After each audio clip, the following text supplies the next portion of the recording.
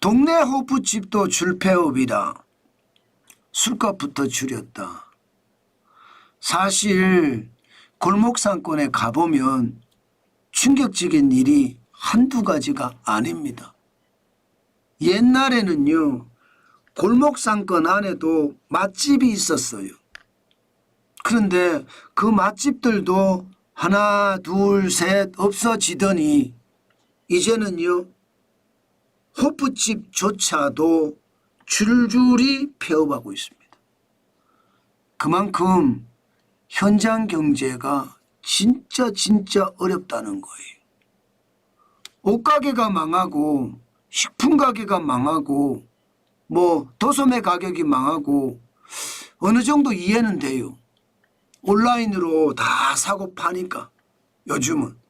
그런데 밥집이 망하고요, 호프집이 망하는 것은 그만큼 우리 경제가 진짜로 어려워졌다는 뜻이에요. 지금 그 어느 때보다 위기선상에 올라와 있다, 이렇게 얘기해도 여러분 틀린 말이 아닙니다. 보실래요? 어느 정도인지. 서울 지역만 봤습니다. 호프집하고요, 간이 주점의 폐업 현황입니다. 보시는 것처럼 매년 1분기 기준이에요. 2023년에 662개가 망했습니다. 2024년에도 675개고요. 2025년에도 674개입니다. 줄줄이 망한다는 이야기잖아요. 서울에서만 이렇습니다. 호프와 간이 주점이 말입니다. 그런데 여기서 전체 점포 대비 폐업률을 보면 이게 점점 늘어갑니다. 2024년 1분기에는 3.6%였습니다. 폐업률이. 2024년 1분기에는 3.7%, 2025년 올해는 4%예요. 계속 늘고 있죠. 실질적으로 망한 거를 보면요, 굉장히 빠른 속도로 망합니다.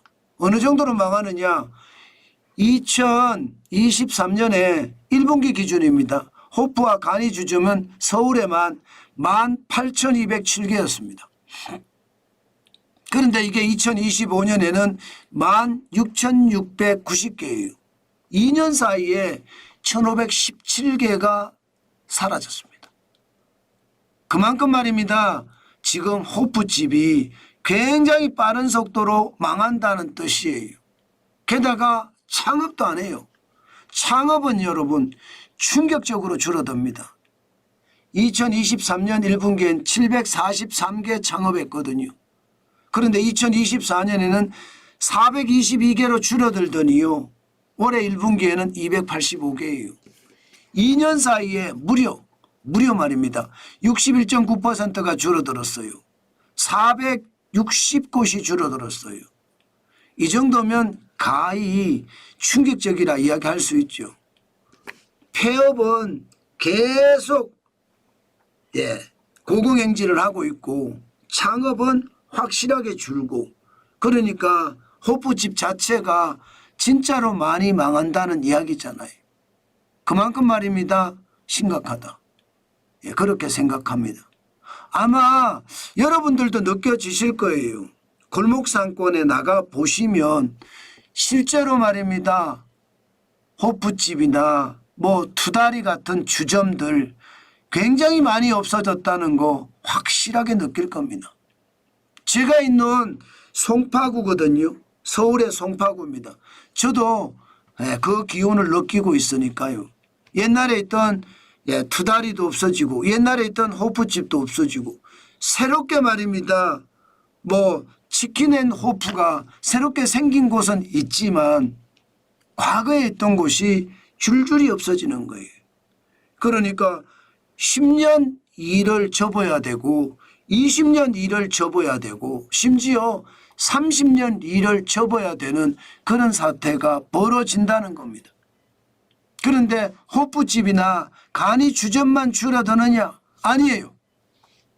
실제로 보시면 여러분, 이게 숙박업소도 줄어들고요, 음식점도 많이 줄어듭니다. 그러니까 골목상권 자체가 지금 와르르 붕괴하듯이 무너진다는 이야기예요. 그만큼 말입니다. 밥집도 줄고 술집도 줄고 카페도 줄고 심지어 모텔까지도 준다는 이야기잖아요. 그만큼 골목상권이 초토화된다. 이 말하고도 틀린 말이 아닙니다. 지금 보시는 것처럼 2023년 2분기 마이너스 2.0%입니다. 8분기 연속 모텔이나 식당이 망한다는 이야기거든요. 8분기 연속.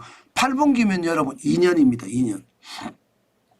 일반적으로 0에서 마이너스로 내려가면 바닥 밑으로 내려갔다, 지하로 내려갔다 이야기합니다. 그런데 2년 차도 또 내려가요. 그러면 지하에 또 지하로 내려간 거예요. 지하 1층에서 지하 2층으로 내려간 거예요. 그 정도로 심각합니다. 그런데 더 심각한 것은요. 숙박이나 음식, 모텔이나 식당이 이렇다는 거잖아요. 여기 좀 더 확대를 하면 전체가 최악입니다. 전체가. 소매 판매 지수가 지금 3년 연속 마이너스 기록합니다. 역대 최고치입니다. 그야말로 소매 판매라고 하면 여러분 주변에 있는 골목상권에서 다 어렵다는 거예요. 3년 연속이잖아요. 지하 1층까지 내려갔는데 그 다음에 지하 2층까지 내려가고요. 그 다음에 지하 3층까지 내려갔다는 이야기예요. 일반적으로 여러분 지하 1층까지 내려가면 기저효과 때문에 그 다음에는 다시 지상으로 올라옵니다. 그런데 이게 안 올라와요. 지하 1층인데 지하 2층까지 내려갔어요. 더 어렵다는 이야기죠. 그 다음에는 지하 2층에 머물러도 될까 말까 한데 지하 3층까지 내려갔어요. 그래서 골목상권이 초토화됐다는 거예요. 여러분 주변에 골목상권 가보세요. 지금 문을 닫은 데가 부지기수입니다. 그만큼 말입니다. 지금 우리 경제가 최악이라는 거예요. 소매 판매가 안 된다는 것은 여러분 보세요. 옷가게 옛날처럼 있습니까? 장난감 가게 요즘 보신 적이 있습니까? 요즘 문구점 보신 적이 있습니까? 잘 없어요. 장난감 가게도 잘 없고요. 문구점도 잘 없고요. 옷가게도 잘 없습니다. 옛날 같지가 않아요. 식당도 마찬가지죠. 커피 전문점도 마찬가지죠. 주변에 있는 카페도 마찬가지죠. 골목상권 자체가 이제 가게를 하면 안 된다. 이런 분위기가 오히려 만들어지는 것 같은 그런 추세입니다. 과거에 여러분 가족끼리 나와서 간단하게 맥주 한잔 짠 하면서 치킨 뜯으면서 가족들의 이야기하던 그런 정겨운 맛 그 자체가 없어졌다는 겁니다. 그만큼 말입니다. 경제가 진짜 나빠졌다는 이야기예요. 김 빠진 경기라고 하는데 김 빠진 경기가 아니라 초토화된 경기다. 이렇게 이야기할 만큼 우리 주변의 경제는 진짜 어렵습니다. 저는 늘 말씀을 드리지만 제도의 개선이 가장 중요합니다. 돈을 뿌리는 게 중요한 게 아니에요. 자영업자 소상공인들이 많은 사람들을 뽑아서 같이 일을 할 수 있어야 돼요. 지금처럼 최저임금이 높고요. 주 52시간제 때문에 저녁 손님이 없으면 저는 더 어려워질 거라고 봅니다. 더 어려워질 거라. 옛날처럼 동네 골목에서 친구들끼리 만나서 호프집에서 한잔하던 시절, 그 시절이 아예 없어졌잖아요. 그만큼 우리 경제 상황이 각박해졌다 이렇게 보더라도 틀린 말은 아닙니다.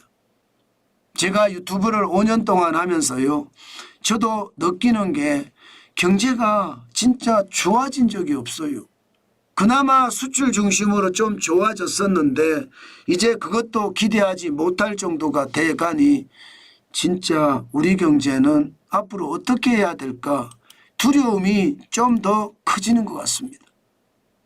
아마 지금 이대로 아마 이재명 더불어민주당 대표가 대통령이 되면 돈 뿌리겠죠.